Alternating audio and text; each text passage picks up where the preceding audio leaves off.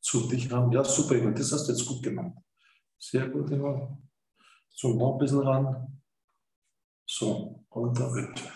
Dann gehen wir mit dem Arm ein bisschen rüber. Das kann ein bisschen runtergehen noch. Und dann, das ist der. Dann gehe ich nach hinten. Okay. Du, Ingo, das gefällt mir besser, wenn du den Kragen oben noch ein bisschen weiter oben hast. Ja, und wie gesagt, nee, den hellblauen, entweder ganz weg oder ein bisschen weiter oben. Ja, dann tun wir ganz weg. Wenn es bloß da unten so rausschaut, da ist nicht gut. Ja. Okay. So, dann machen wir eine Total jetzt aus dem, nicht mit dem. Jetzt machen wir uns zu dritt. So, sind wir alle drauf und so ist es gut. So ist das super. Kann ich euch alle super sehen. Genau. Nur eine ganz kurze Sache, nicht, dass du dich wunderst. Wir haben die Bianca noch hier als SME Backoffice sozusagen, weil ich letztens ein bisschen Internetschwierigkeiten hatte. Sie wird jetzt Co-Host sein. Nur damit du Bescheid weißt. Sie Jetzt spricht aber schauen wir mal, wer von den anderen Zuschauern, genau, Friedrich, SME hostet, Co-Host, gut. Dann schauen wir mal, dass das alles so klappt. Gibst du mir den Zettel und den Stift? Gut, dann schalten wir uns mal dabei stumm. So, David, we just test technical things. And 5 o'clock we will open the event, okay? Yes. So, das ist schon drinnen. Dann machen wir uns auf stumm.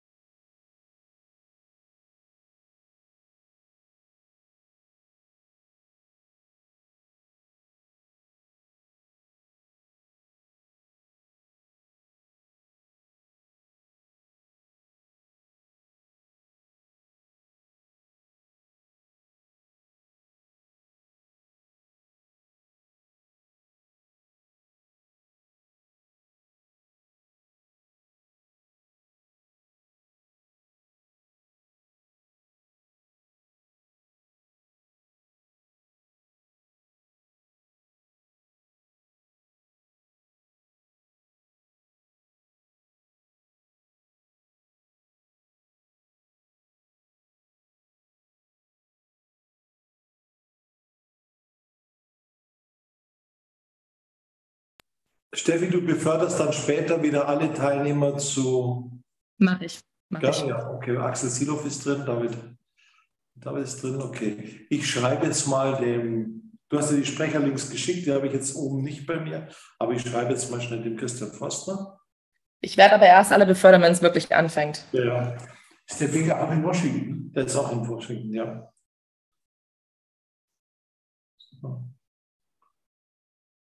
Ja. Ablauf ist ja so, du begrüßt, Ja. gibst schon ein kurzes Grußwort an den Christian Forstner und dann kommt der Impulsvortrag. Okay. Okay.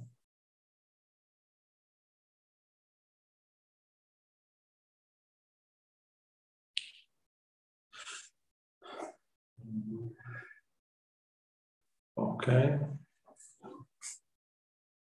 4 Zuschauer, schauen wir mal rein, wer das ist. Genau, also Hans-Seidel-Stiftung ist schon mal mit drinnen. Einer, da müssen wir noch gucken, weil der Christian noch nicht drin ist. Sömer Forstner, Forst. Die Sprecher müssen aber die Sprecherlinks auch so automatisch in einer E-Mail erhalten haben. Ja, ich suche jetzt mal gerade, wo er ist.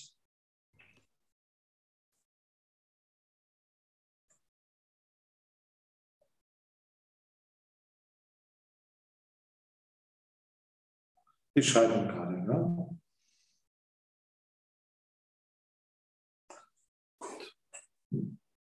Sehr schön.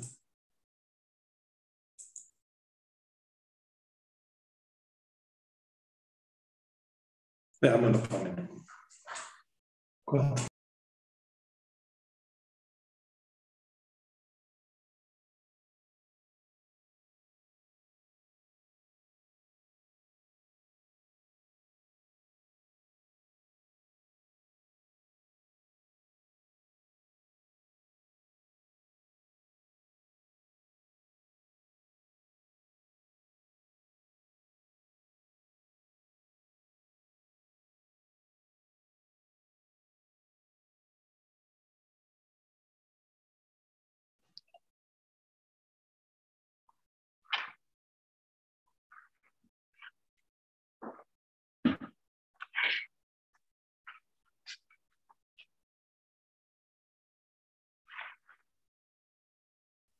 Perfekt, wir können Sie gut sehen. Wenn Sie einen kurzen Soundcheck einmal machen könnten, kurz was sagen.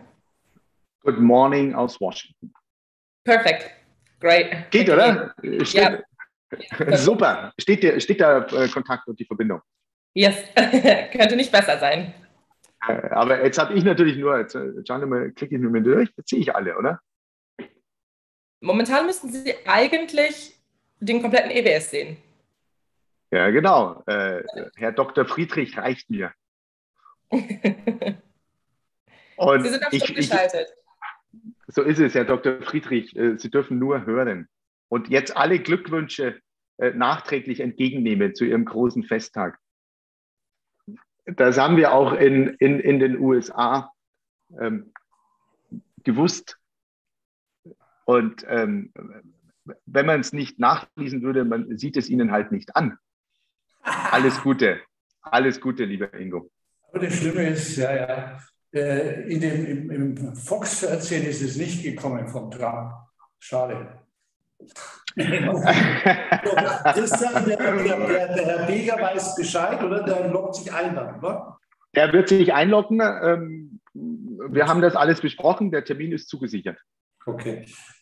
Du, beim Ingo muss man immer dazu sagen, du darfst nur keine Leibrente mit ihm machen, weil sein Papa ist früh mit wie viel? 96, 97 verstorben und die Mama ist jetzt 104 oder 4. Ja. Also das ist gefährlich.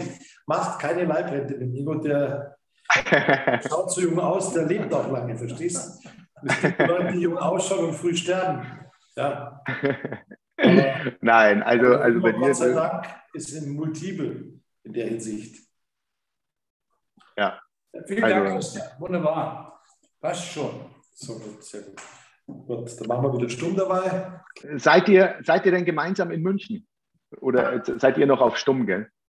Ja, wir sind gemeinsam in München. Wir sind geimpft, geboostert, getestet. Der Rolf hat sein Test. Wer ist eine kurze Frage, wer ist denn vom 17. bis 20. Februar in München, ja, zu der Sicherheitskonferenz? Ist jemand da von euch? Bisher nicht geplant. Okay. Wenn eine Einladung, eine Presseeinladung macht, kann man hingehen, aber das müsste man noch besprechen. Aber es gibt auch keine geplanten Side-Events jetzt, oder? Das Sidekick-Event, glaube ich, die Europakonferenz findet nicht statt in der Form. Ja? Also sie machen irgendeine Mischung Hybrid und diese ganzen Veranstalter auf der Wirtschaftsbeirat, die Hans-Zeidler-Stiftung, BMW, machen ja immer so Side-Meetings. Es sind noch keine Einladungen da. Ja. So Kaffee oder Wasser? Also wenn jemand da ist, ich bin auch da, ein bisschen privat. Ja, können wir uns ja treffen. Wir sind normalerweise schon da. Exakt. Sagt er Bescheid, freue ich mich, ja, über ein Meeting. Sehr schön. Machen wir dann. Machen wir alles. Das ist am 18. Februar, ne? 18., 19., 20., genau. Und du bist in München von wann bis wann? Ich bin vom 17. bis 20. Donnerstag bis Sonntag. Wenn du die Daten weißt, dann können wir uns ja treffen. Genau. Und ich bin vorher und nachher dann immer noch privat in Garmisch. Ja. Aber an dem Wochenende zur MSC in München. Und dann schauen wir, was geht. Die Laura müsste ich kurz sprechen. Kann man mit der Laura kurz was machen? Nachher wird die zum Diskussionstag befördert. Jetzt noch nicht. Geht jetzt noch nicht. Gut, also hat er noch 2 Minuten. Du hast ja die Kontaktdaten von dem Herrn Beger, gell? Ja. Es wäre schon gut, wenn er ein bisschen vorher reingeht, dass wir es testen können. Also die Tücken der Technik. Wir müssen kurz informieren, Christian, den Beger, aber nicht, dass er es wieder erwarten vergessen hat. Wir haben schon die Apotheke, weißt du schon. Mit den Pferden und der Apotheke. Ja. Und schon ist Herr Beger da. Wunderbar. Ja. Wie von Zauberhand. Sehr gut. Sehr schön. Wunderbar. Herr Beger, genau. Könnten Sie einmal kurz was sagen, um zu prüfen, dass das Mikrofon funktioniert? Ja, hallo, Gunter Beger, ich grüße Sie aus Bonn. Perfekt. Bonn, nicht in Washington. Nein, heute in Bonn, unweit vom Kanzleramt und vom ehemaligen Bundestag entfernt. Ja, ich bin ja sogar in Bonn geboren. Ich bin ja ein gebürtiger Bonner. Aha. Die gibt es ja ganz wenig noch auf der Welt. Und nein, ich bin gerade hier ja, wie soll man es nennen? Abschiedstour oder was auch immer. Aber dazu gleich mehr.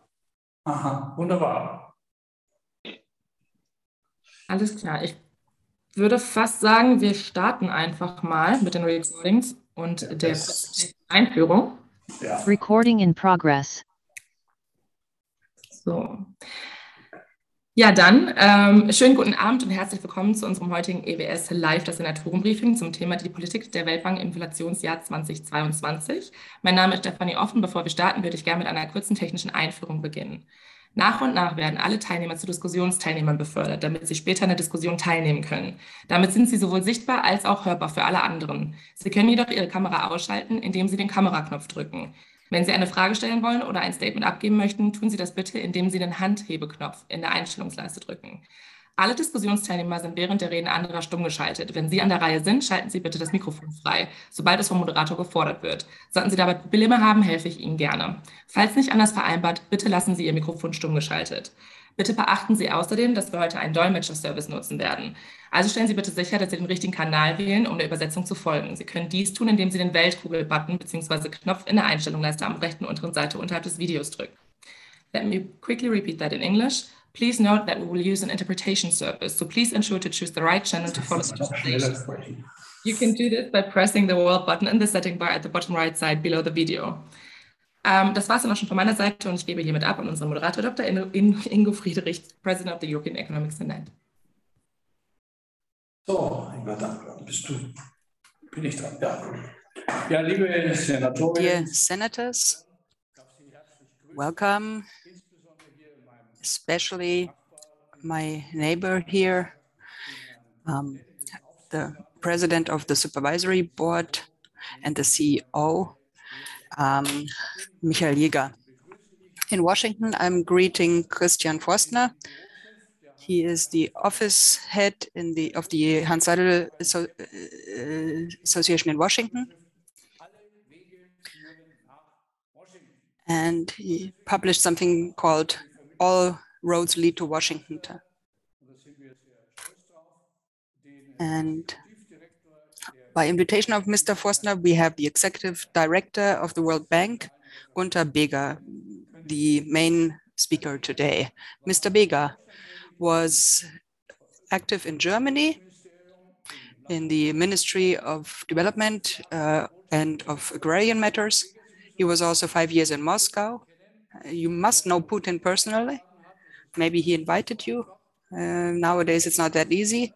The World Bank itself is a special organization of the UNO, and it deals with that struggling states get back on their feet and that societies get stabilized. And in the end, I want to give you a personal statement. We have the Germany has the Council of the European Union. They are head of it. And Macron, he's also the candidate of the president of France. So he called for the following program. He wants to fight for sovereign Europe, for a new European growth model, and for a Europe with a human face. It doesn't sound so bad, so let's hope that with Macron and Europe in the next 6 months, it's getting ahead nicely. So now I'm looking forward to the greeting of Christian Forstner. So please go ahead for your introduction. Dear President Dr. Friedrich, dear Ingo, dear Rolf, Baron von Hohenau, dear Rolf, dear Michael, dear Mr. Bigger and all members of the European Economic Senate.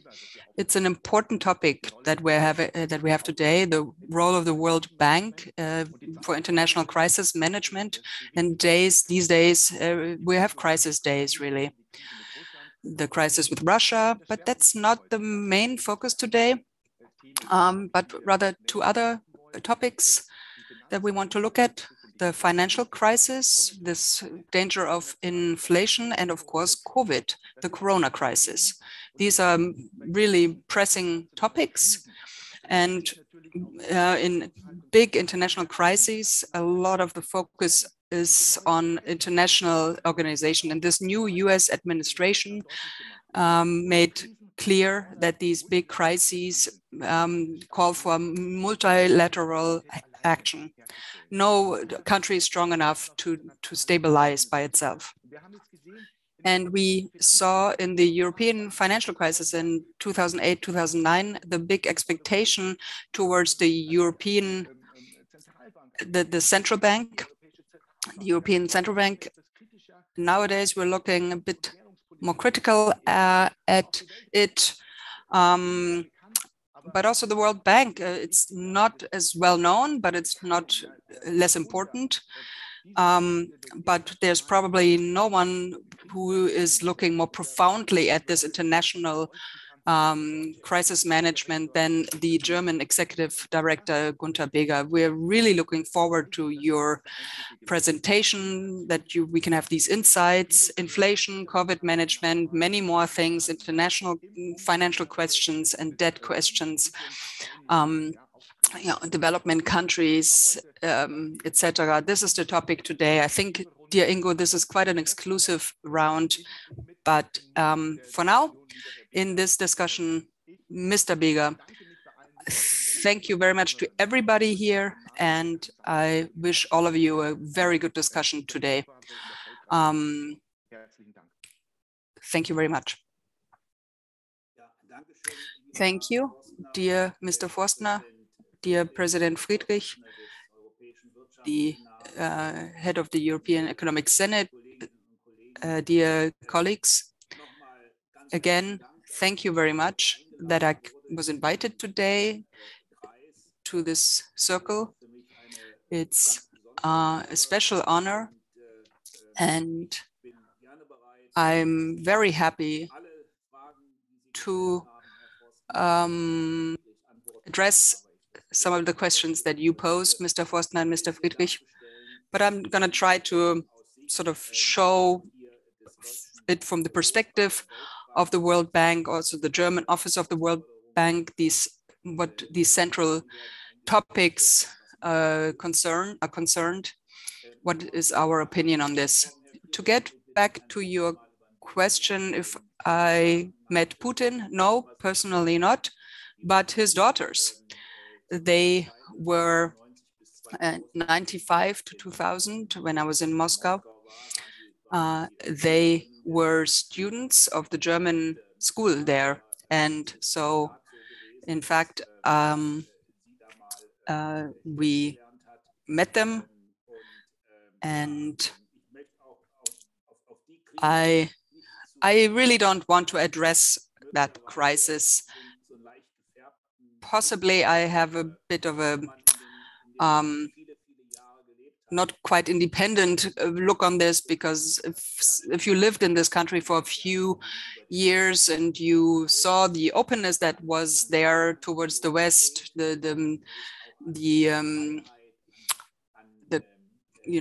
striving for freedom, etc., and all this development of the economy and also the civil society, one is really especially saddened by the path that they chose after all. And I would like to say, especially because I know the situation many years ago, and one should not look at this black and white, but maybe we should discuss this separately. In the beginning, I said that I would like to tell you that I'm very happy to be here as the German executive director to offer this speech. But I also must tell you that I'm just still the executive director.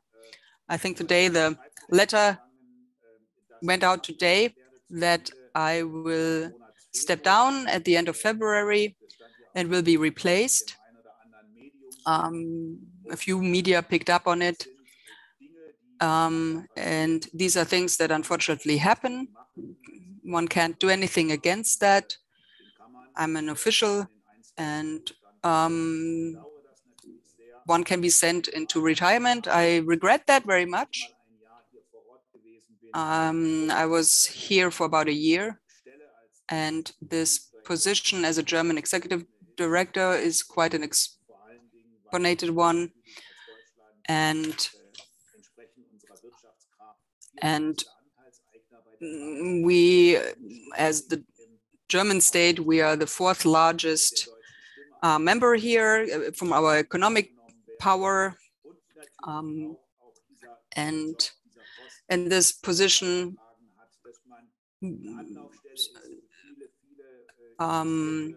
led to being a contact point for many people from all these different ministries, German enterprises, non-government organizations, but also politicians, of course.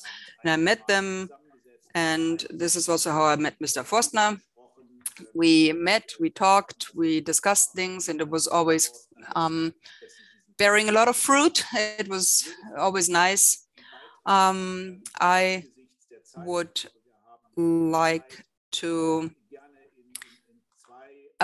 like to organize my speech here into two parts. And first, I would like to present a few basic topics of the World Bank. Maybe if you're bored by this, you just raise your hand and tell me no, but maybe it's quite important so we have a common basis.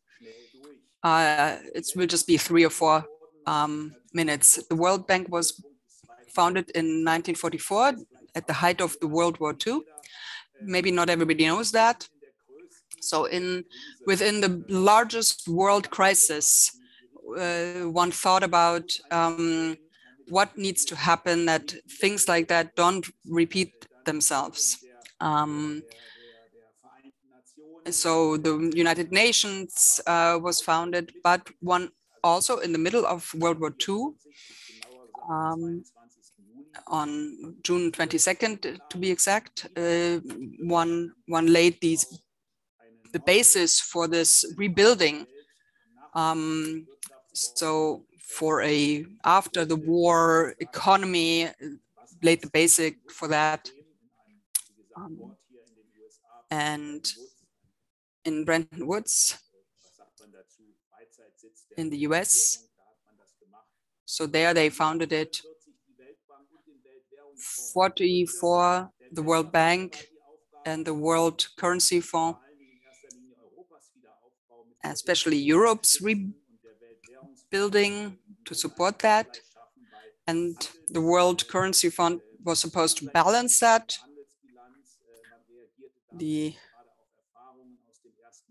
One reacted to experiences from World War I, when Germany was burdened by these high payments of reparations.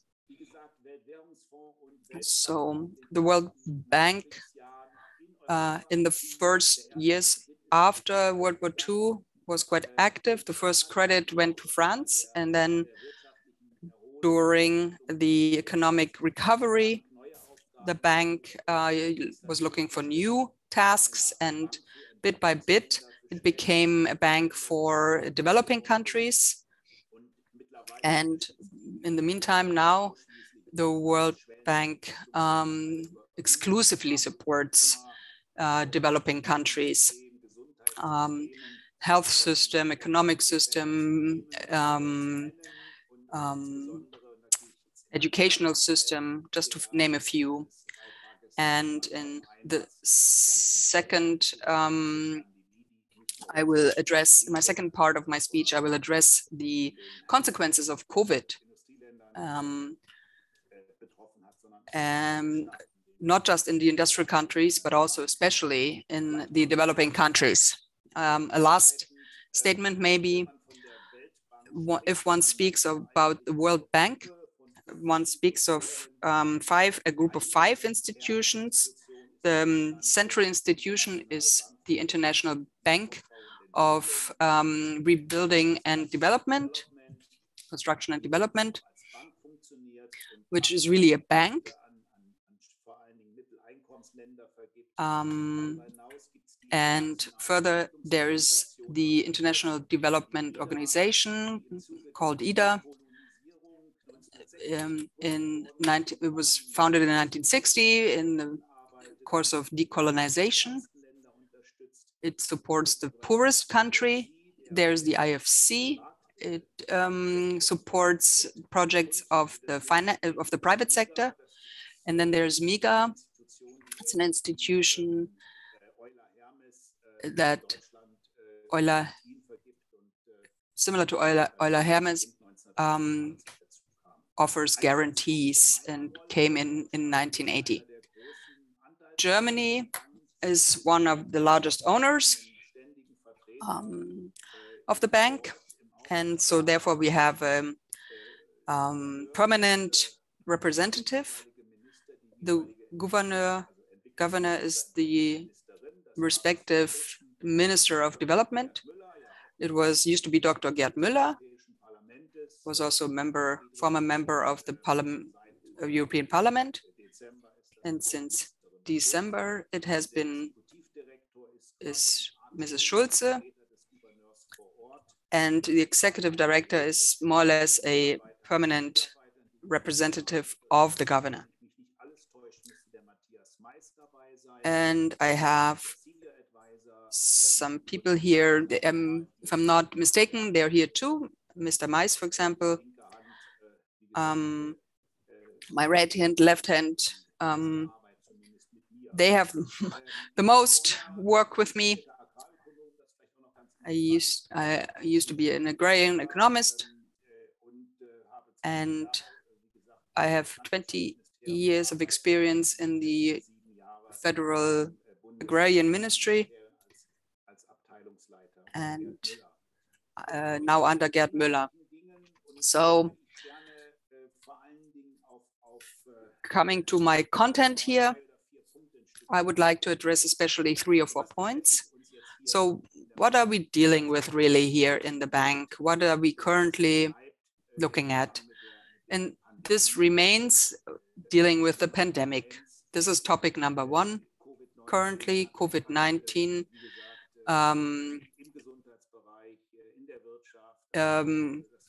In the health system, in the economic system,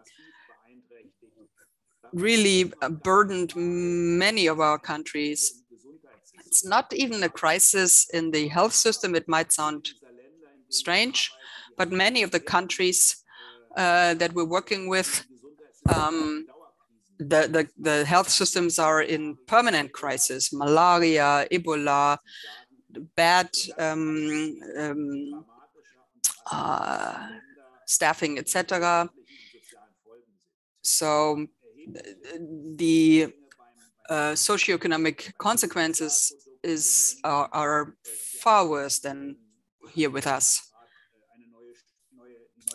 We just published a new study or new numbers comparing to before COVID.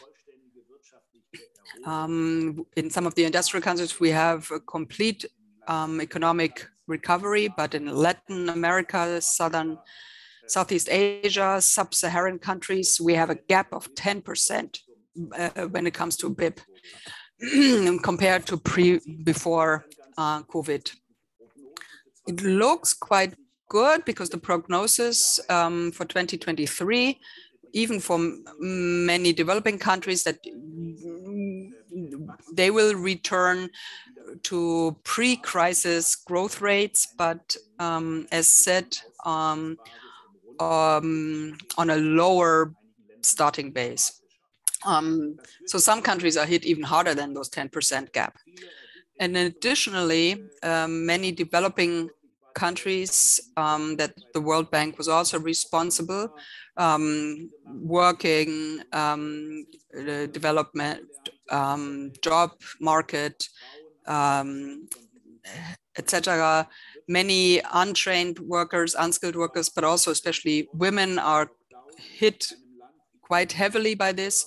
A lockdown like Kenya, Uganda, also Western Africa, that people cannot go back on the road without any social systems, without any support system.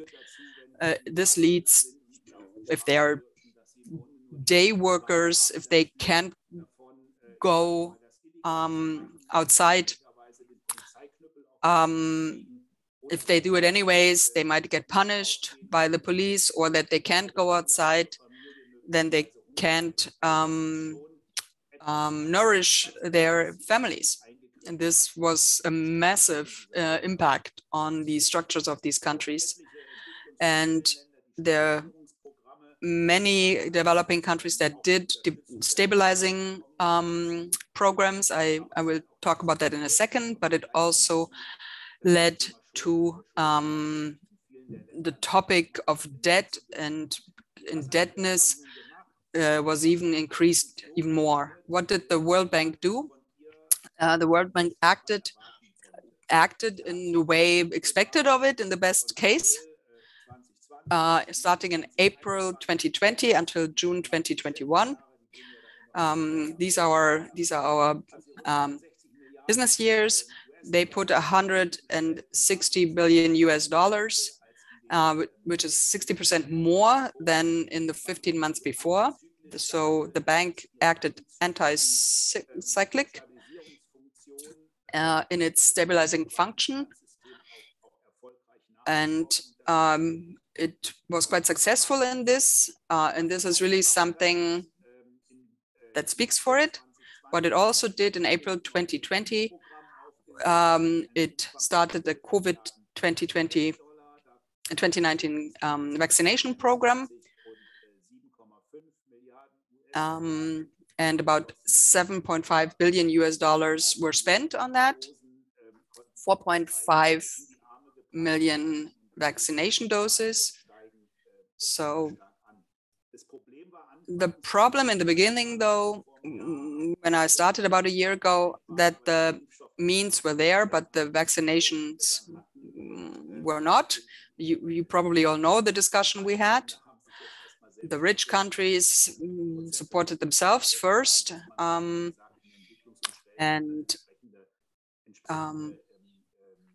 in the developing countries, then later followed with the respective programs. And the World Bank didn't just supply funds to buy vaccination doses, but also supported the infrastructure in order to supply these vaccinations. For example, in Senegal, they also did production for these vaccinations, for example, in Senegal. And we still want to support more of that. And what the World Bank also did was guaranteeing payment risks in order to secure trade connections. So it secured these payments. So small and mid-sized businesses, enterprises in these countries were supported and keep up the supply chains. Maybe we can discuss this some more. The answer of the World Bank, this is what it is. Furthermore, we have 2 or 3 more topics that we're quite involved in, which is, first of all, debt. Herr Vosner, you already addressed this. Worldwide, we have an overall debt in 2020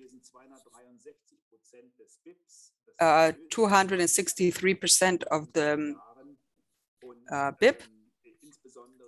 This is the highest level, and especially the governmental or the public debt rose by 10% in the development countries. This is more than in the 3 decades before. So this increase in debt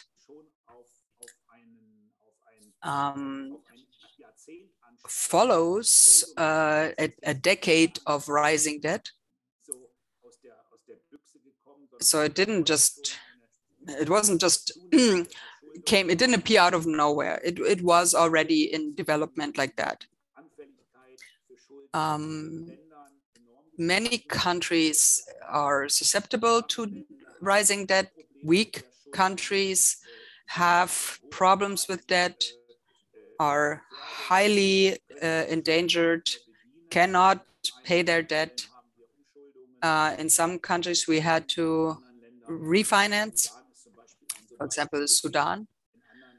And in other countries like Ethiopia, Zambia, or Chad, they have creditors. So in the beginning of the pandemic crisis, they needed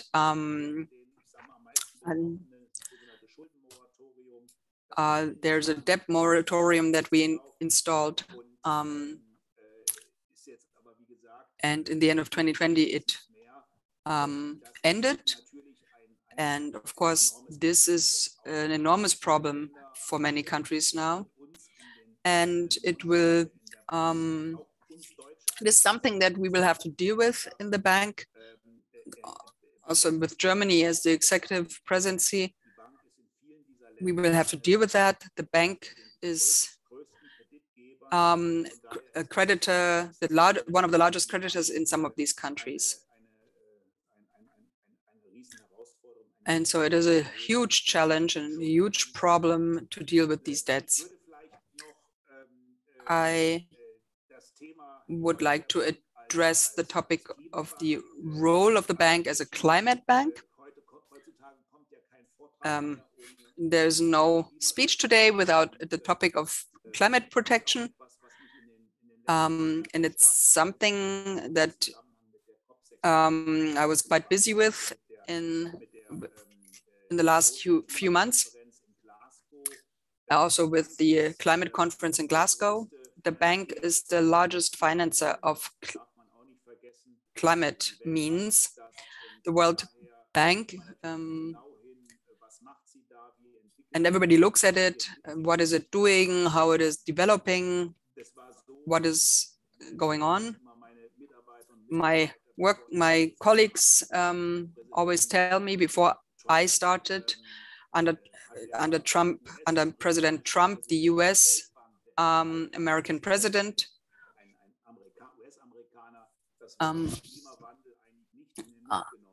they did not mention the word climate change, but in the Biden administration now, when they took over and the bank got on the way to speed up on this again. So internationally, it's the largest climate financer. In the last year, it offered $20 billion for climate projects. It offered a climate action plan. And it participates by asking that 35% need to be climate projects.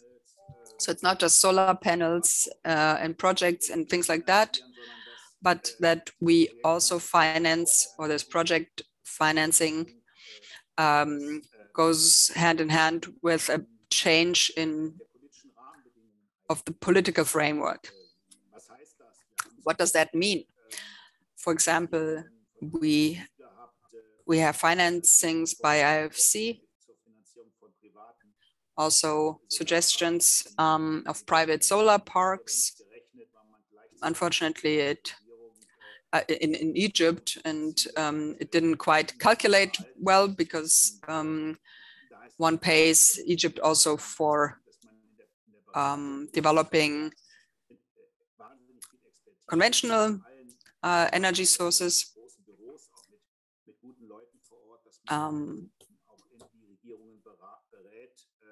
But we are also there to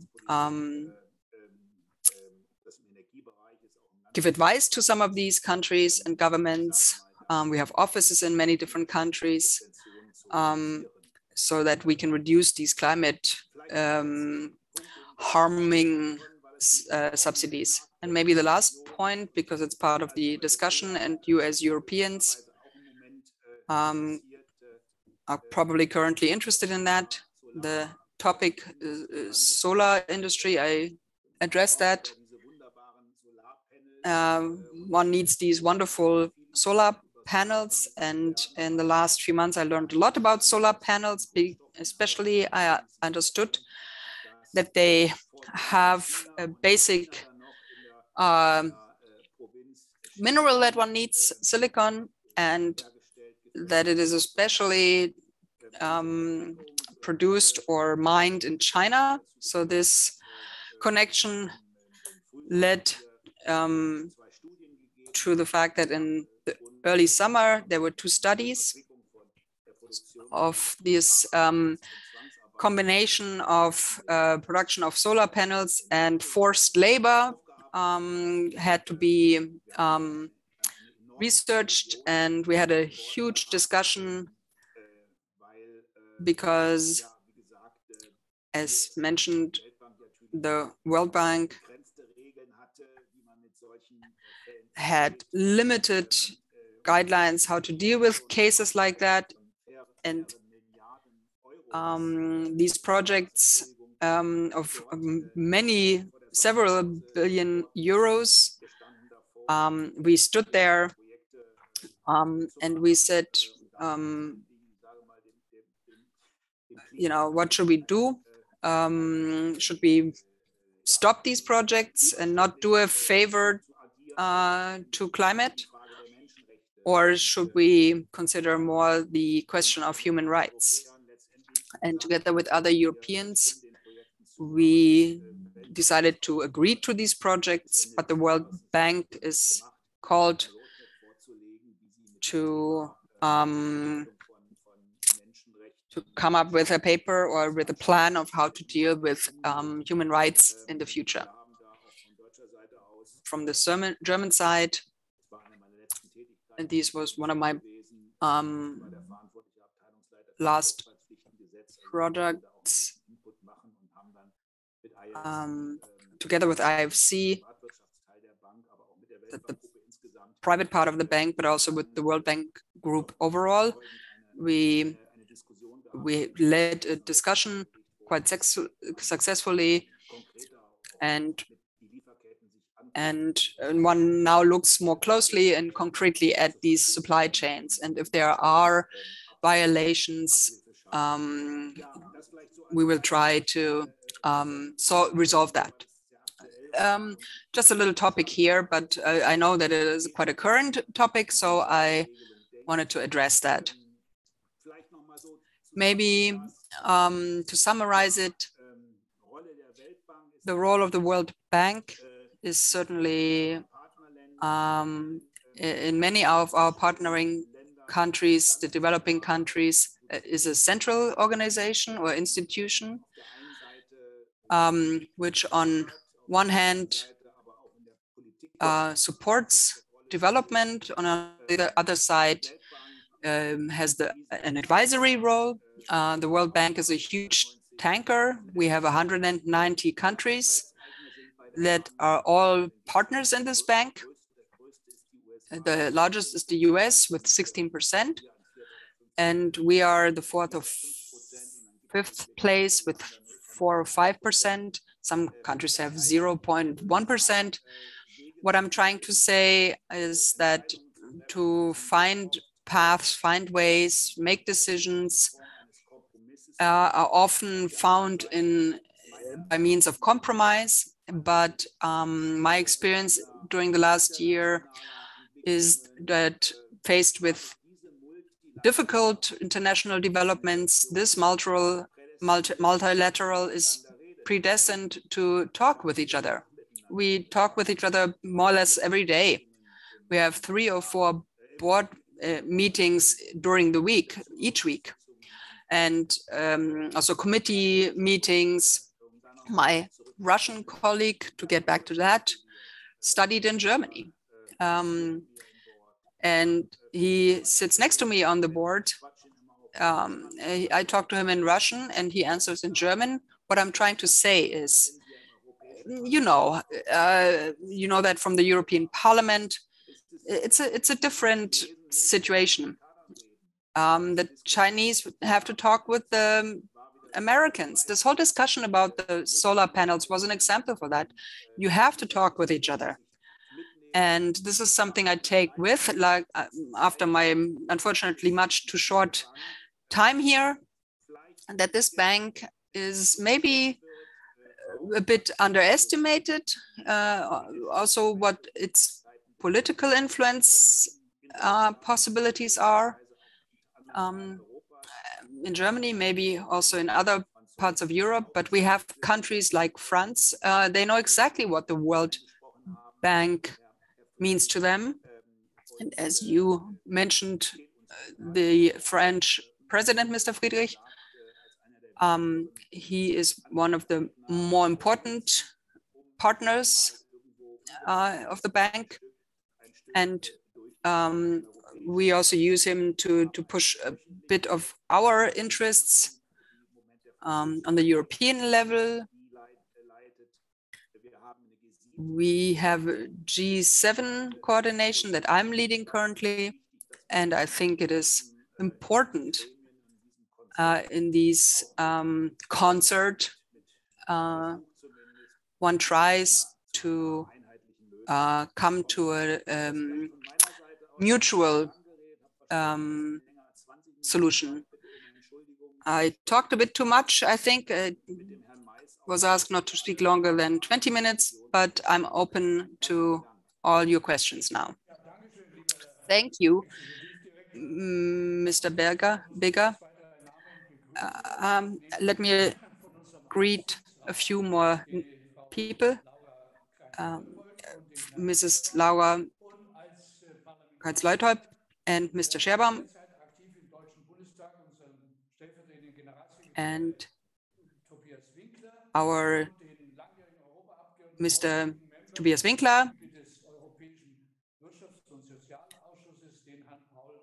and Mr. Paul Rübig. Mr. Bigger, thank you very, very much for your input. 3 short questions, and then everybody else can think about their questions. First, can the World Bank go bankrupt if they give out so many credits? Second, if the average debt of countries is 263%, does that mean that we have inflational tendencies worldwide? And third, you give out credits or loans under very strong guidelines. Some of these countries, there are even rebellions or revolutions because they're saying we are strangled by the World Bank. Can you please answer these questions quickly? These are short questions, but they are hard to answer briefly.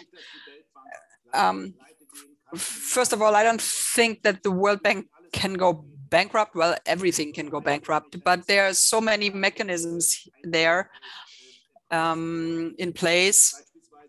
For example, there are certain percentages that one can, so, for example, the largest credit receiver is India. But there's percentages of how much can go to one individual country. So of course that protects a bit. I mean, if the large countries would go bankrupt, the World Bank could possibly go bankrupt. So, but in all the in all these regulations, there is the passage that if one country goes bankrupt, the World Bank is the first receiver of money. So I think there's no danger. The 263%, yes, I think this is a problem. And the interest rates are rising.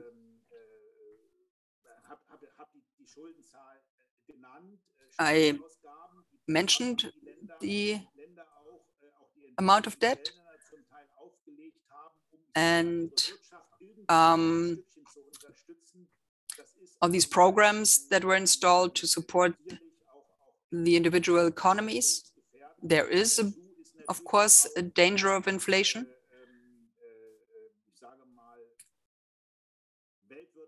And looking at the world economy, if larger economies, if they become active in monetary policy, like the US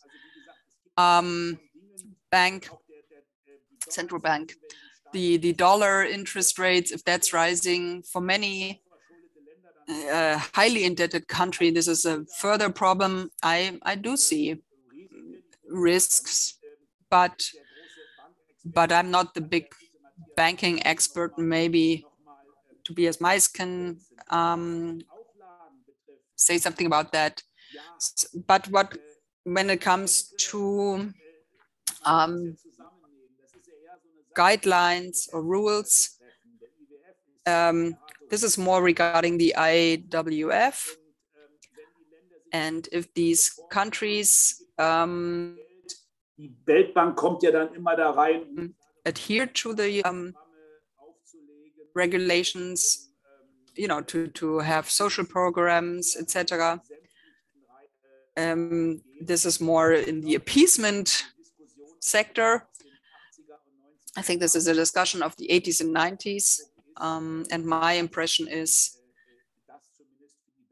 that this, for the World Bank at the moment, is not the topic really.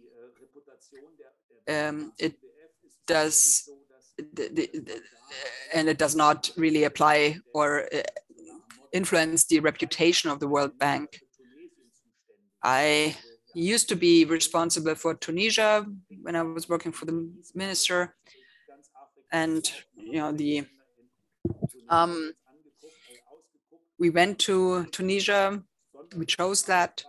I was the special representative, and Tunisia is a country that for 5 or 6 years has not been getting ahead, needs more and more credit from the World Bank, EVF.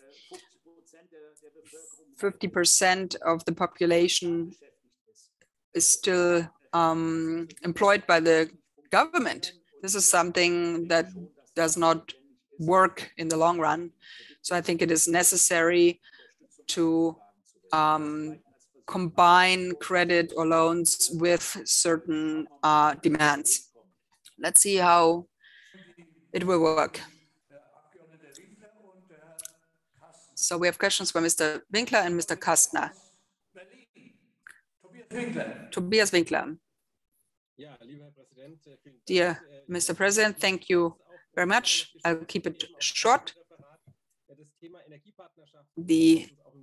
Something that energy partnership is something that is important to us. This is a discussion that is important to us when it comes to renewable energies, and the topic we have here. This is something, the question is also what we can produce in the next 20, 30 years. Is there something in that direction of the World Bank? Is there, are there some programs animating countries besides solar energy, but maybe wind energy and other areas of renewable energy, to invest in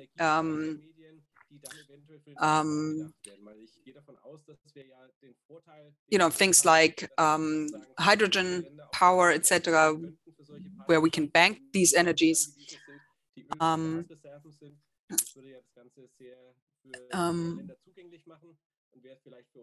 Maybe something where it is accessible for us also and for suppliers, etc. Thank you. Dear Mr. Winkler, thank you. It's an interesting topic. I honestly think that the World Bank is not ready for that. Something that it does mainly is to have programs in these countries to get these countries away from coal and oil and move them towards renewable energies. For example, no investment, that it's not permissible anymore to invest in coal. What the next step is concerned, that you cover the desert with solar panels in northern African countries and then use these energy. We did start with this topic with the German central bank about a year and a half ago. The German government, we pushed this program ahead in Morocco, for example, the first industrial hydrogen production. It's a huge project, investment sum of 57 billion euro. We are talking to the World Bank, especially when it comes to hydrogen power. I think this is has enormous chances there. Also, when it comes to diversification and all these discussions we have with Nord Stream 2, etc. Also, dependency on Arabic states. This is a huge topic.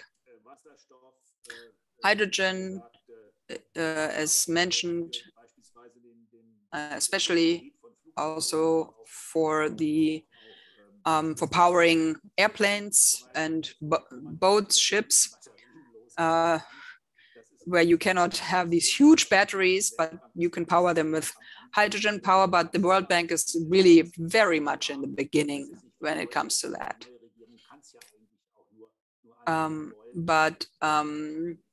The new government can only start with that.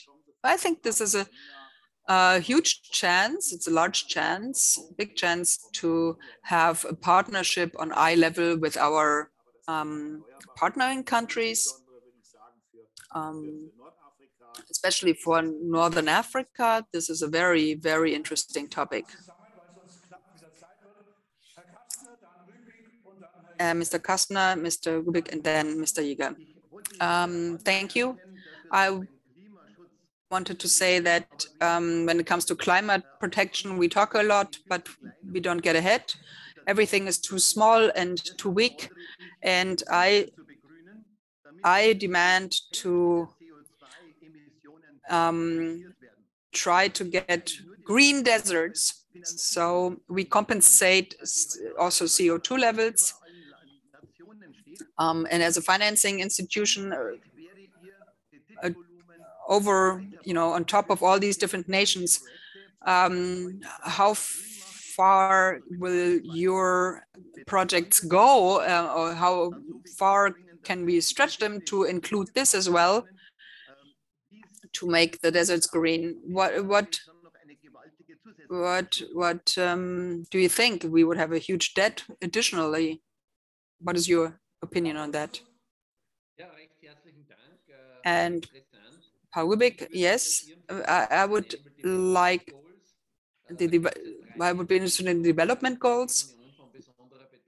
3 are most important to the European Union. And number 2 is sustainable food. how can we secure food for the future? And I would like to follow Mr. Kastner. And then number 6, it is also concerning water. 2 billion people in the world have no access to clean water. 50% being hospitalized due to unsafe waters. And sanitary, circular economy, water treatment, etc. Water will play a main role, and this all of this will not exist without renewable energies. How can we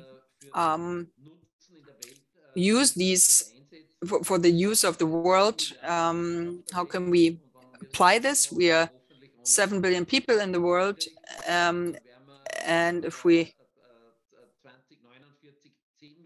in 2049 we will be 10 billion, 3 billion more population on this planet. And you know, what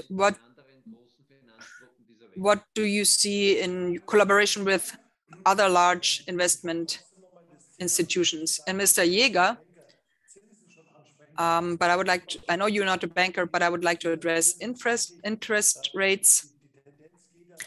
The tendency is towards rising interest rates, and this is of course a problem. What are your strategies?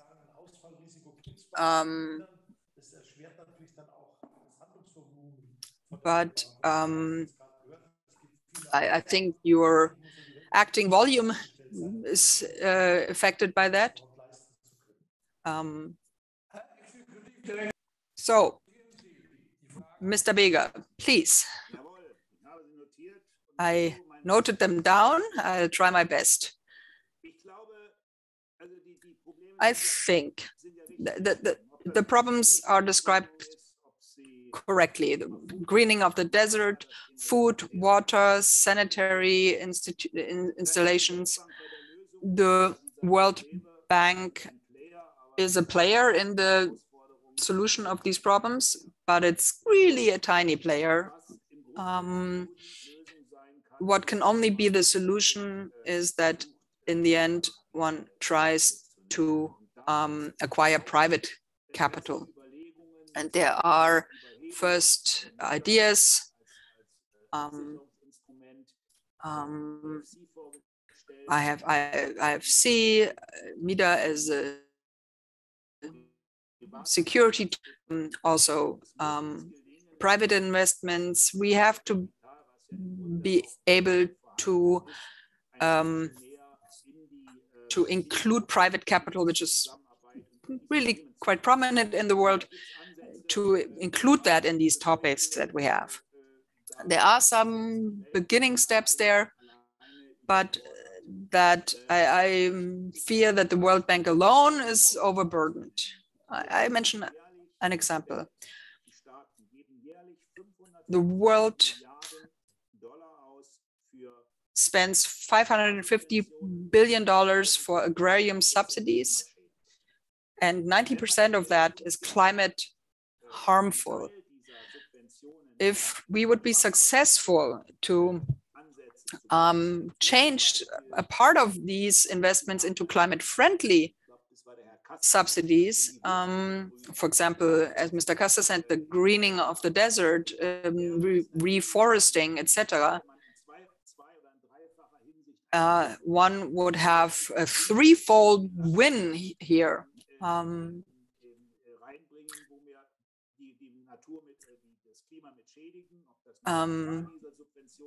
You know, when it India, China, and Brazil have a lot of subsidies when, for example, agrarian diesel, etc. And we would all profit if we would change that over to, you know,